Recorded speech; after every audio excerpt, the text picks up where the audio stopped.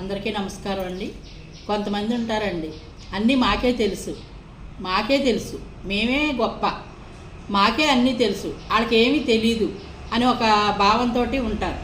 అది చాలా ఇబ్బంది అండి. ఎదటి మనిషిని కించపరిచినట్టు ఉంటుంది. తెలిస్తే తెలుసుండొచ్చు, తెలియకుండా ఉండరు, తెలుసుండొచ్చు. కానీ తెలిసినట్టు ఉన్నా ఎదర మనిషిని కించపరిచే హక్కు మనకు లేదు. ఎదర మనిషికి గౌరవం ఇచ్చి మనం గౌరవం తీసుకోవాలి. వాళ్ళ దగ్గర నుంచి మనం ఏదైతే ఇస్తున్నామో వాళ్ళకే అది మనం ఆశించాలి. గౌరవం ఇచ్చినప్పుడు అవతల వ్యక్తి కూడా ఏమండి అంటే ఏమండి అంటారు, ఏమే అంటే ఏమే అంటారు, అంతే కదా.